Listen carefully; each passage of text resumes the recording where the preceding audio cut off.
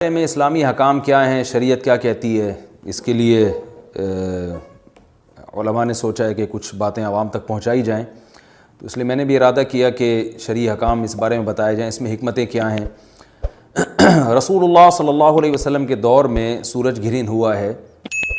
آپ صلی اللہ علیہ وسلم کے نرینہ اولاد نہیں تھی، آپ کو اللہ نے اولاد دی اور آپ کے بیٹے کی موت واقع ہوئی۔ یہ ایک بہت بڑا حادثہ تھا اس وقت، کیونکہ عرب میں نرینہ اولاد کی بڑی ویلیو تھی۔ آپ صلی اللہ علیہ وسلم کو اللہ نے بیٹیاں دیں، بیٹا نہیں دیا، اور بیٹا دے کے اٹھا لیا،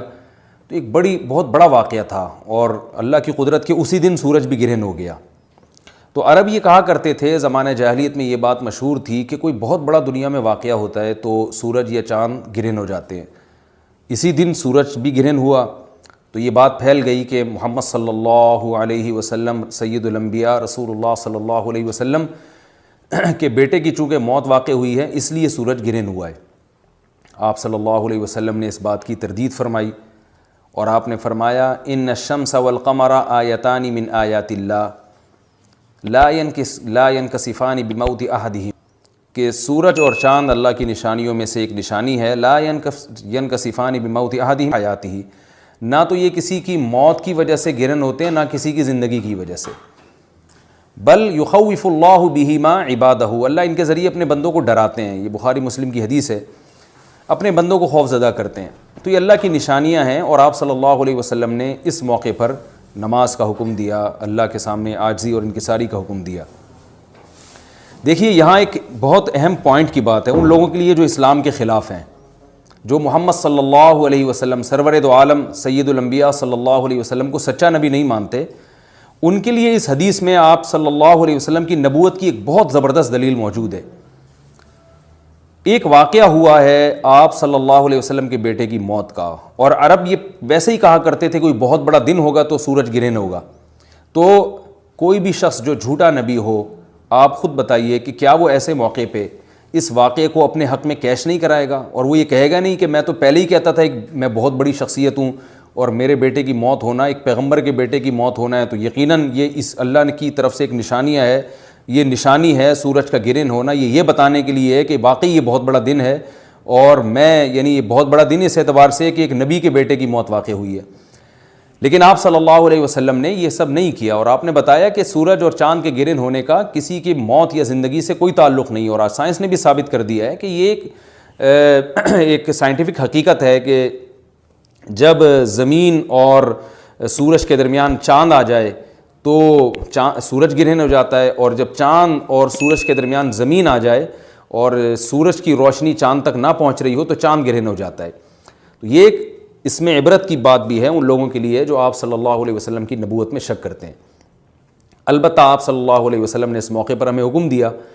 کہ اللہ سے تضرع اور عاجزی اور انکساری کی جائے، اپنے گناہوں کی معافی مانگی جائے، اور نماز آپ صلی اللہ علیہ وسلم نے پڑھی۔ اس پہ بھی بعض لوگ اشکال کرتے ہیں کہ یہ جب ایک نیچرل پروسیس ہے تو اس میں اتنا گھبرانے کی، کیونکہ حدیث میں آتا ہے آپ صلی اللہ علیہ وسلم بہت گھبرائے، تو اس میں گھبرانے کی کیا بات ہے؟ تو یاد رکھیے ہر نیچرل پروسیس جو ایک عام معمول سے ہٹ کر ہو اس میں انسان کے لیے ایک عبرت کی بات ہوتی ہے۔ ہم دیکھتے ہیں رسول اللہ صلی اللہ علیہ وسلم کے دور میں جب تیز ہوا چلتی تھی اور بارش سے پہلے ہوا چلا کرتی تھی تیز ہوائیں، تو آپ صلی اللہ علیہ وسلم گھبرا کے مسجد کی طرف دوڑتے، عاجزی انکساری کرتے، اللہ تعالیٰ سے یہ کہتے کہ اللہ تو نے تو مجھ سے وعدہ کیا کہ جب تک میں ان کے درمیان موجود ہوں تو ان کو عذاب نہیں دے گا۔ تو یہ خوف کا غلبہ تھا آپ صلی اللہ علیہ وسلم پر۔ کیوں؟ وجہ اس کی یہ تھی کہ یہی حالات قوم عاد اور قوم سمود پر بھی آئے ہیں۔ قرآن میں آتا ہے نا فَلَمَّا رَأَوْهُ عَارِضًا مُسْتَقْبِلَ أَوْدِيَتِهِمْ قَالُوا هَذَا عَارِضٌ مُمْطِرُنَا بَلْ هُوَ مَا اسْتَعْجَلْتُمْ بِهِ رِيحٌ فِيهَا عَذَابٌ أَلِيمٌ تُدَمِّرُ كُلَّ شَيْءٍ بِأَمْرِ رَبِّهَا فَأَصْبَحُوا لَا يُرَىٰ إِلَّا مَسَاكِنُهُمْ، کہ وہ بادلوں کو دیکھ کے کہنے لگے یہ تو ایک معمول کے مطابق بادل ہیں جو برسیں گے اور بارش ہوگی۔ تو پیغمبر نے کیا کہا کہ یہ بارش نہیں ہے بلکہ یہ وہ عذاب ہے جس کی تم جلدی کیا کرتے تھے، اور اس میں ایک ایسی ہوا ہے جو اللہ کے حکم سے ہر چیز کو ہلاک کر دے گی۔ اور پھر ان پر ایک ہفتہ عذاب آیا، اور قرآن کہتا ہے کہ وہ ایسے پڑھ کے ہلاک ہو گئے کہ فَتَرَى الْقَوْمَ فِيهَا صَرْعَىٰ كَأَنَّهُمْ أَعْجَازُ نَخْلٍ خَاوِيَةٍ، اے مخاطب اگر تو ان کو دیکھتا تو ایسے لگتا کھجور کے تنے ہیں جو اوندھے پڑے ہوئے ہیں، تو ایسے ہوا نے ان کو تہس نہس کر دیا۔ تو یہ عام معمول سے ہٹ کے جب بھی اس کائنات میں کوئی تغیر آتا ہے تو وہ اللہ کی نشانیوں میں سے ایک سائنٹیفک حقیقت بھی ہے، اس کی ایک لاجک بھی ہے، لیکن اس کے ساتھ ساتھ اللہ کی نشانیوں میں سے ایک نشانی بھی ہے،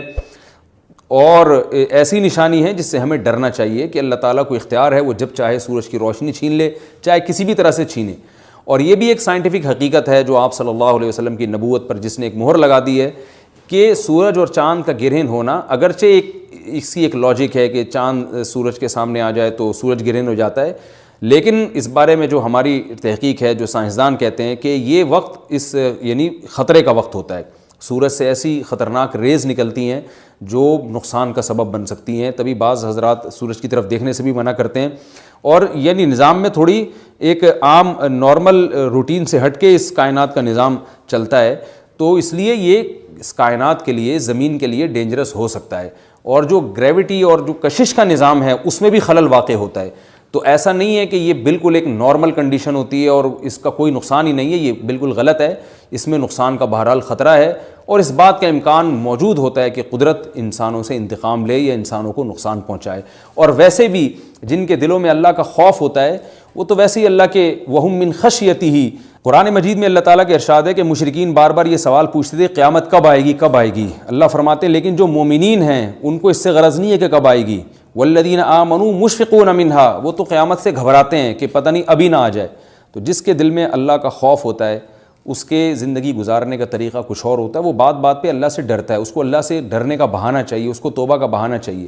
تو اس بحث میں پڑھنا کہ یہ تو ایک لاجیکلی ایک سورج کی روشنی غائب ہو جائے گی، وہ ٹھیک ہے، یہ سائنسدانوں کا شعبہ ہے کہ کیوں غائب ہو رہی ہے، ماہرین فلکیات کا شعبہ ہے، لیکن اہل ایمان کا جو کام ہے اس موقع پر، ان کا جو وظیفہ ہے وہ یہ کہیں کہ اللہ کی نشانیوں میں سے ایک نشانی ہے، اللہ اپنی قدرت دنیا میں دکھاتا ہے کہ میں یہ بھی کر سکتا ہوں چاہے کسی بھی طریقے سے کروں، تو ہمیں اس موقع پر بہرحال اللہ کے سامنے جھکنا چاہیے، اپنے گناہوں سے معافی مانگنی چاہیے، اور وہی عمل کرنا چاہیے جو رسول اللہ صلی اللہ علیہ وسلم نے ہمیں بتایا ہے۔ اور اس بارے میں جو توہمات پھیلے ہوئے ہیں اس سے بھی ہمیں اجتناب کرنا چاہیے، جیسے نبی صلی اللہ علیہ وسلم نے عربوں کے وہم کو دور کیا ہے، بھائی اس کا کسی کی موت اور زندگی سے کوئی تعلق نہیں ہے، تو اسی طرح آج کل لوگوں میں ایک سورج اور چاند گرہن ہونے کے بارے میں وہم بھی بہت ہے کہ پتہ نہیں کیا ہو جائے گا، حاملہ عورتیں نہ نکلیں، فلانا نہ کرے، اور فلانا خربوزہ نہ کھائے، اس موقع پر کسی نے تربوز کھا لیا تو یہ ہو جائے گا، الٹی باتیں پتہ نہیں کیا کیا مشہور ہیں، یہ خربوزے تربوز کی تو میں ویسے ہی مثال دے رہا ہوں۔ تو کوئی بھی چیز جب کہنی ہو تو پوری طرح سے اس کی ریسرچ کریں۔ مجھے نہیں پتا حاملہ عورت کو فائدہ ہوتا ہے نقصان ہوتا ہے سورج گرہن ہونے سے، لیکن اگر نقصان بھی ہوتا ہے تو اس کی کوئی مستند دلیل ہونی چاہیے آپ کے پاس، ایسے ہی سنی باتیں آگے نقل نہ کریں۔ تو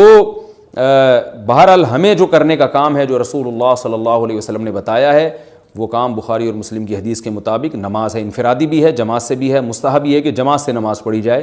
مسجد میں یا کسی بھی میدان میں، اور 2 رکعتیں امام پڑھائیں گے، اور اس میں سرن تلاوت بھی کر سکتے ہیں، جہری تلاوت بھی کر سکتے ہیں، دونوں رائے ہیں علماء کی۔ آج کل جہری کو اس لیے ترجیح دی جاتی ہے کہ صلاۃ کسوف میں جو رسول اللہ صلی اللہ علیہ وسلم کی سنت ہے وہ لمبی نماز ہے، تو لمبی نماز پڑھیں گے تو اگر آپ آہستہ آواز سے پڑھیں گے تو لوگوں کو تھکاوٹ کا احساس زیادہ ہوتا ہے، جہری پڑھیں گے تو تھکاوٹ کا احساس کم ہوتا ہے، تو اس لیے دونوں قولوں پہ فتویٰ دیا جاتا ہے، وہ ایک قول راجح ہے اور ایک میں آسانی ہے، تو آسانی اس قول میں ہے کہ جہری تلاوت کی جائے، اس میں لوگوں کو نماز میں کھڑا رہنا آسان ہوتا ہے، تو لمبی سے لمبی نماز پڑھی جائے، اس میں 2 رکعتیں پڑھی جائیں اور خوب طول دیا جائے اس کو، اور اتنا طول دینا کہ لوگوں کا خطرہ ہو کہ نماز ہی چھوڑ کے بھاگ جائیں گے، یہ بہرحال درست نہیں ہے، کیونکہ آپ صلی اللہ علیہ وسلم نے امام کو مقتدیوں کی رعایت کا حکم دیا ہے۔ اور کوئی جماعت سے نماز میں شریک نہیں ہو سکتا تو گھر میں نماز پڑھیں، انفرادی نماز پڑھیں، نماز نہیں پڑھ سکتے تو توبہ استغفار کریں۔ بہرحال یہ وقت جو ہے توبہ استغفار کا ہے، اپنے گناہوں سے معافی مانگنے کا ہے۔ اللہ تعالی ہم سب کو عمل کی توفیق عطا فرمائے۔